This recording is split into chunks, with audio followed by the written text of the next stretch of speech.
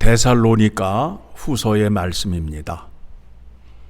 여러분, 서신서에 보게 되면 전서가 있고 후서가 있습니다.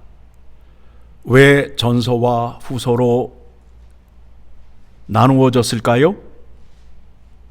일부러 나눈 것이 아니라 전서를 보내었는데 또 다른 문제가 생기고 그 문제가 아직 해결이 되지 않았기 때문에 후서를 보내게 되는 겁니다. 그렇죠?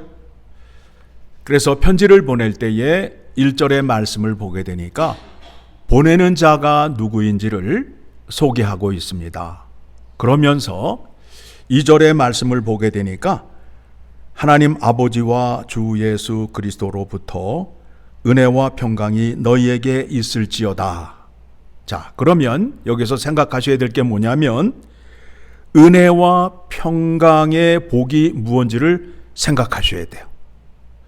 지금 편지를 보내는 목적이 뭐예요? 하나님의 은혜를 받게 해서 평강을 얻게 하는 거잖아요. 그러면 그 내용이 3절 이하의 내용으로 채워져 있다라는 거예요. 은혜와 평강 따로 구하는 것이 아니라 은혜와 평강의 내용이 3절 이하의 말씀으로 채워져 있다는 거예요. 자, 무슨 문제가 있었느냐 하면 데살로니가 전서에서 우리가 살펴본 바에 의하면 데살로니가 교회는 예수님의 부활과 재림에 대하여 흔들리고 있었다. 그때에 바울이 그들에게 편지를 보내면서 어떤 말씀을 전하죠? 내가 너희에게 전하였던 것을 기억하고 지키라. 그것이 옳은 것이다 라고 말씀하고 있어요.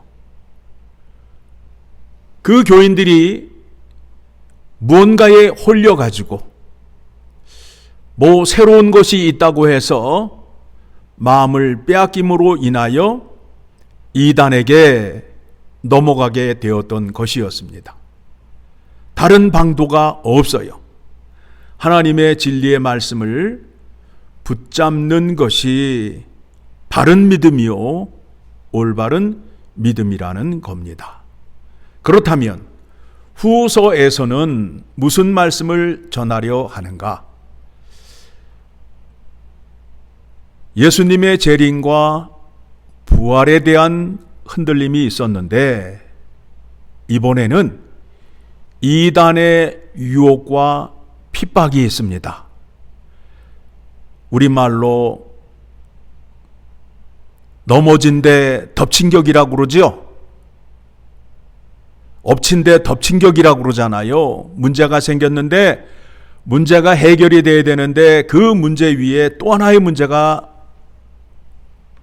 더하게 되었어요. 그래서 그 문제를 해결하기 위하여 후서의 말씀을 보내는 겁니다. 바울이 전하고자 하는 말씀이 무엇이냐 하면 하나님은 공의로운 하나님이시라는 거예요. 하나님께서 약속하시기를 하나님 말씀에 순종하는 자에게는 축복, 하나님 말씀을 대적하거나 어기는 자에게는 저주. 그렇죠? 그대로 하신다라는 거예요. 공의로우신 하나님이라고 할 때는 하나님의 말씀을 지킨 자에게는 반드시 복을 주셔야 되고 하나님의 말씀을 지키지 않는 자에게는 반드시 저주를 주셔야 된다라는 거예요. 그래야 약속의 하나님이 되시고 공의로운 하나님이 되신다라는 거예요. 그 약속의 말씀을 붙잡게 되면 악인들이 우리를 향하여 핍박을 할 때에 우리가 흔들리지 않게 돼요. 왜냐하면 마지막 날에 하나님의 심판이 그에게 임함으로 인하여 그 사람은 반드시 영원한 멸망의 형벌을 받을 수밖에 없고 하나님의 말씀을 순종한 자에게는 하나님께 영광을 올려드림으로 인하여 하나님의 기쁨을 받을 수밖에 없다라는 겁니다. 이 교회 교인들이 믿음을 잘 지키고 있어요. 오늘 말씀을 보게 되니까 4절의 말씀 봅니다. 시작. 그러므로 너희가 견디고 있는 모든 박해와 환난 중에서 너희 인내와 믿음으로 말미암아 하나님의 여러 교회에서 우리가 친히 자랑하노라. 지금 칭찬을 받고 있는 교회지요. 이런 핍박이 있는데도 믿음이 흔들리지 아니하고 잘 믿음 생활 잘하는 교회라고 칭찬을 받고 있습니다. 오늘날에도 이단과 마귀는 쉬지 않고 교회를 공격하고 있습니다. 그 당시에는 그리스도인들에게 물리적인 핍박이 있었어요. 옥에 가두거나 때리거나 또 사회적인 활동을 하지 못하는 그와 같은 핍박이 있었어요. 그런데 오늘날에는 그런 것들이 있어요? 없어요? 미국 땅에는 없어요. 그런데 저쪽 지방에 가게 되면 있는 데가 있단 말입니다. 문제는 무엇이냐 하면 이단들이 어떻게 믿는 자들을 공격하느냐 하면 매력적이고 유혹으로 다가온다는 거예요. 그래서 그들이 쓰는 방법이 무엇이냐 하면 사회적으로 유명한 인사를 택하여서 포섭을 하는 거예요. 포섭을 하는 거예요. 우리가 연예인들을 좋아하기도 하고 관심을 갖잖아요. 그러니까 이단들은 연예인을 포섭의 대상으로 삼아서 그들을 어떻게든지 자기들 안으로 끌어들이려 하는 거예요. 그때에 쓰는 수법이 무엇이냐 하면 바로 돈이에요. 돈이에요. 일반 교회 가서 강연을 하게 되면 이만큼 주는데 이단에 가서 강연을 하게 되면 10배, 20배, 100배를 주는 거예요. 그러니까 마음이 그쪽으로 가요, 안 가요? 돈이 급한데 돈으로 유혹을 하니까 가요, 안 가요? 가게 된단 말입니다. 한 번 가서 강연을 했는데 그거를 영상으로 찍어서 그냥 돌리는 거예요. 이 사람도 우리와 함께 예배를 드리고 우리가 따르는 교리를 따르는 사람이라 라고 사람들에게 알리는 거예요. 그러면 그 연예인을 따랐던 사람들이 그 사람을 좋아하니까 그 이단에 쉽게 빠질 수밖에 없다라는 겁니다. 그렇죠? 만일 마음 안에 하나님보다 연예인을 더 사랑하게 되면 어떤 자가 되는 거죠? 우상을 섬기는 자가 되는 거예요. 하나님은 질투의 하나님이시기 때문에 하나님보다 다른 것을 더 사랑하면 하나님은 분노하신다라는 거예요. 오늘날 여러분, 아이돌이라는 뜻이 뭐예요? 우상이라는 뜻이잖아요. 그냥 젊은 남자아이들이 나와서 그냥 춤을 춰대면은 그냥 나이 드신 그 아주머니들이 좋아가지고 줄줄줄줄 따라다니고, 또 젊은 아가씨들이 나와서 몸을 탁 드러낸 옷을 입고 춤을 추면 좋아가지고 난리를 치는 세상이 되었잖아요.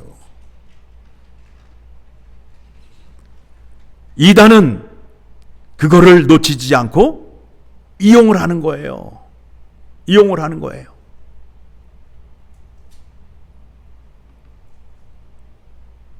우리가 그런데 마음을 뺏기지 않기 위해서는 우리가 찬양을 부르잖아요. 94장의 찬송이 뭐예요? 주 예수보다 귀한 것이 없네라는 찬송을 부르면서, 찬송은 그렇게 부르는데 내 마음속에는 뭘로 가득 차 있어요? 우상으로 가득 차 있잖아요. 그러면 우리의 믿음의 고백이 마음에서 나오는 믿음의 고백이에요? 아니면 입술로만 하는 거예요? 입술로만 하는 고백이 되잖아요. 그와 같은 믿음의 고백을 갖고는 마귀의 유혹이나 핍박을 이길 수 없다라는 겁니다. 사람의 소리에 귀를 기울이시면 안 돼요. 하나님의 약속의 말씀에 귀를 기울이셔야 돼요. 그 말씀을 붙잡으셔야 돼요. 5절의 말씀 그렇게 나와 있죠.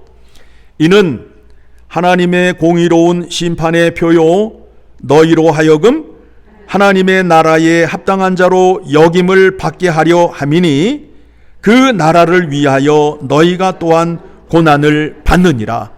하나님 나라의 백성이라면 그 나라의 왕이신 명령을 따라 순종하며 살아야 그 나라의 백성임을 증명하는 거 아니에요. 그렇죠?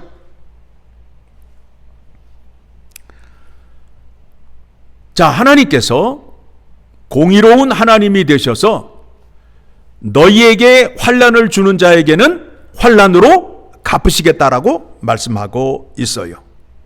그리고 주님께서 재림하실 때에 그들을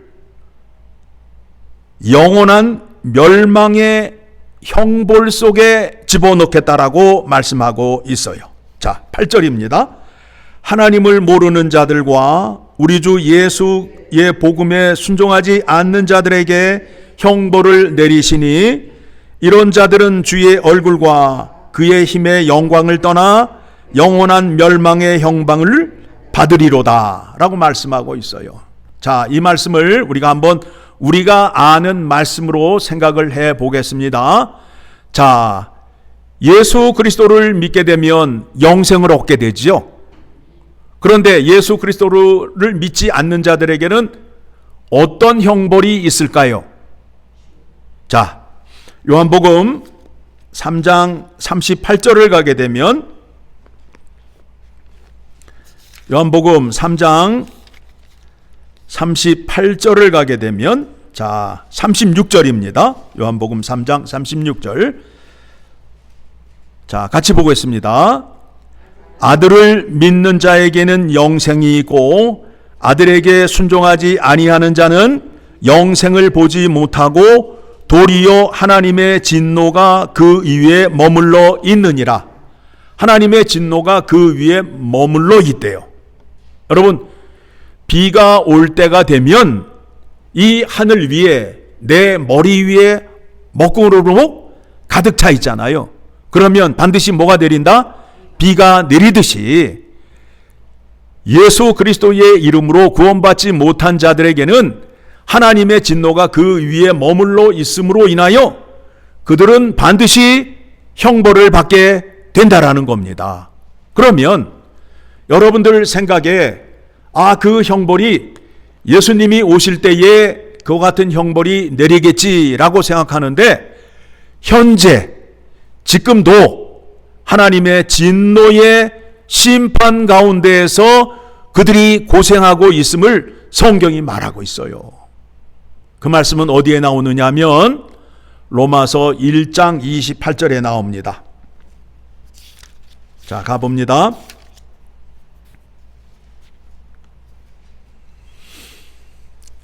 같이 읽습니다. 또한 그들이 마음에 하나님 두기를 싫어하며 하나님께서 그들을 그 상실한 마음대로 내버려 두사 합당하지 못한 일을 하게 하셨으니, 어떻게 했다고요? 하나님을 믿지 아니하니까 그들에게 상실한 마음을 주어서 상실한 마음대로 살게 한 거예요. 상실한 마음은 뭐예요? 하나님을 알지 못함으로 인하여 저주를 받은 상태를 말하는 거예요. 그래서 그들이 어떤 일을 한다고요? 29절 곧 모든 불의, 추악, 탐욕, 악의가 가득한 자요, 시기, 살인, 분쟁, 사기, 악독이 가득한 자요, 수근수근하는 자요. 그 밑에 말씀도 우리가 쭉 읽어보면 그리스도인들은 하지 않는 일들을 그들은 하고 있어요. 그런데 이들이 그런 일을 하면서 죄에 대한 감각이 없다라는 거예요. 믿는 사람들은 이와 같은 일을 하게 되면 마음에 꺼리낌이 있잖아요. 두려운 마음이 생기잖아요. 그런데 이 사람들은 두려운 마음이 생길까요? 아니에요. 오히려 재미있고 즐겁다라고 말해요. 그래서 32절 시작. 그들이 이 같은 일을 행하는 자는 사형에 해당한다고 하나님께서 정하심을 알고도 자기들만 행할 뿐 아니라 또한 그런 일을 행하는 자들을 옳다 하느니라. 서로 부추기는 거예요. 서로 잘한다고. 이런 사람들을 우리가 우리 주변에서 보잖아요. 그렇죠? 이런 사람들이 마지막 날 어떻게 된다고요? 영원한 형벌을 받게 된다라는 겁니다. 다시 본문의 말씀으로 돌아갑니다. 데살로니가 후서 1장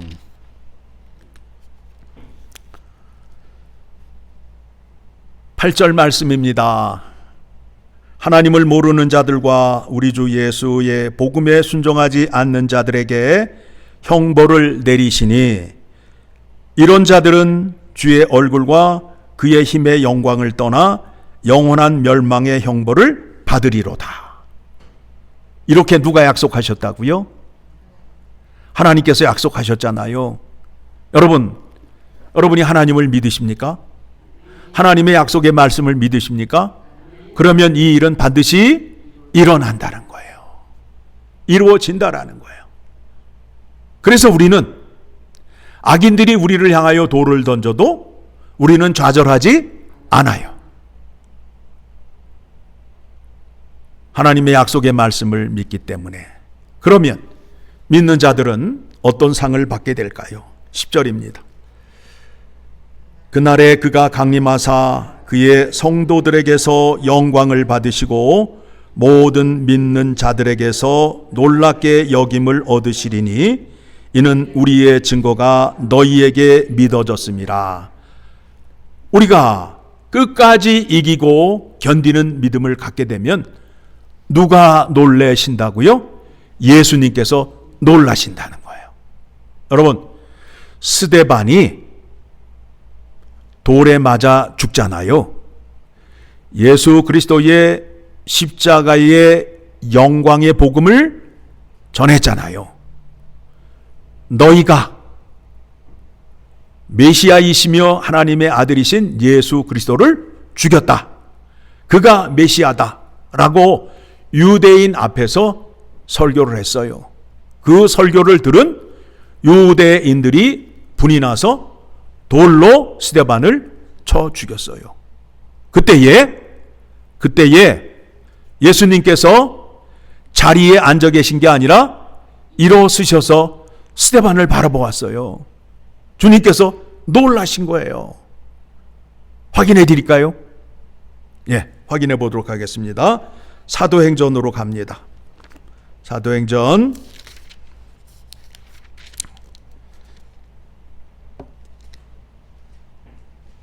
7장입니다. 54절.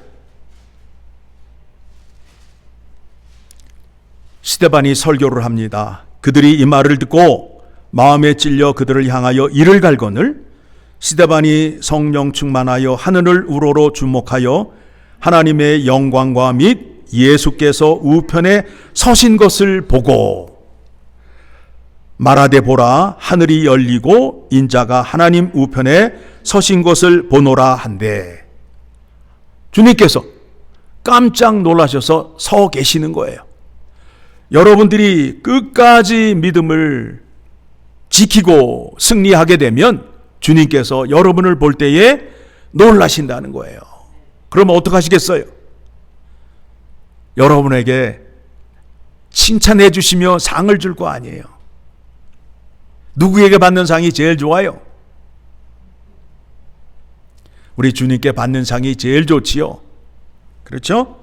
그래서 11절 이와 같은 약속이 있기 때문에 다시 본문으로 돌아옵니다. 돌아와서 11절 이러므로 우리도 항상 너희를 위하여 기도함은 누가 기도를 하죠? 바울과 실로아노와 디모데가 데살로니가 교회 교인들을 위하여 기도하는 거예요. 너희의 믿음이 흔들리지 말아야 된다. 약속의 말씀을 붙잡아야 된다. 이러므로 우리도 항상 너희를 위하여 기도함은 우리 하나님이 너희를 그 부르심에 합당한 자로 여기시고 모든 선을 기뻐함과 믿음의 역사를 능력으로 이루게 하시고 12절 같이 우리 하나님과 주 예수 그리스도의 은혜대로 우리 주 예수의 이름이 너희 가운데서 영광을 받으시고 너희도 그 안에서 영광을 받게 하려 함이라. 믿음에 흔들리지 않는 자를 우리 주님께서 기뻐하시고 그러한 사람을 찾으신다라는 거예요. 그렇게 약속을 하셨어요. 그래서 우리가 이 땅에서 믿음 생활할 때에 물질적으로 조금 손해보는 것 같지만 영원한 저 하늘에서 살 거를 생각하고 하나님의 말씀을 따라 순종하는 자리로 갈 수밖에 없다라는 겁니다. 여러분, 이 마지막 때에 누구의 말을 들을 것입니까? 하나님의 말씀을 붙잡고 그 말씀에 의지하여 우리가 믿음 생활을 하여야 됩니다. 말씀을 통하여 확인하는 것이 무엇이냐 하면 사도 바울이 문제된 교회에 새로운 무언가를 주님께서 말씀하지 않은 무언가를 전하는 것이 아니에요. 주님께서 약속하신 말씀이 근거가 되어 그 말씀으로 그 교회 교인들을 위로하고 굳건하게 세우는 말씀을 전하는 겁니다. 오늘날에도 마찬가지예요. 영원하신 하나님의 말씀이 중간에 가서 흔들리고 바뀌게 되면 영원하신 말씀이에요? 아니죠. 흔들리는 말씀이 되잖아요. 그런데 이단들이 주장하는 건 뭐예요? 영원한 말씀이에요? 아니면 흔들리는 말씀이에요? 진해 교단에서는 그곳에서는 새로운 것이 있다는 거 아니에요? 뭔가 흥미로운 것이 있다는 거 아니에요? 그것은 이단의 교묘한 술수임을 여러분이 깨달으시고 내게 시험이 다가오면 그러한 소리에 귀를 기울이지 마시고 우리는 약속의 말씀인 하나님의 말씀을 다시 살피고 그 말씀을 거듭 확인하고 그리고 기도의 자리로 나아가는 거예요. 이 약속의 말씀을 붙들고 믿음 생활하려 하는데 흔들리지 않게끔 주님께서 모든 고난과 핍박과 유혹을 이기신 그 믿음을 달라고 기도하는 자리로 나아가야 됩니다. 그러하면 주님께서 그렇게 기도하는 자에게 능력을 주실까요? 안 주실까요? 주실 수밖에 없다라는 거예요. 왜요? 예수님께서는 그러한 자를 찾고 계시니까, 그러한 자에게 상을 주시려 하시니까, 그러한 자의 기쁨이 예수님의 기쁨이기 때문에 그와 같은 믿음이 우리에게 필요하다는 겁니다. 그래서 하나님의 말씀과 기도로 거룩하여짐이라 라는 말씀을 늘 기억하며 사시는 여러분 되시기를 간절히 소망합니다.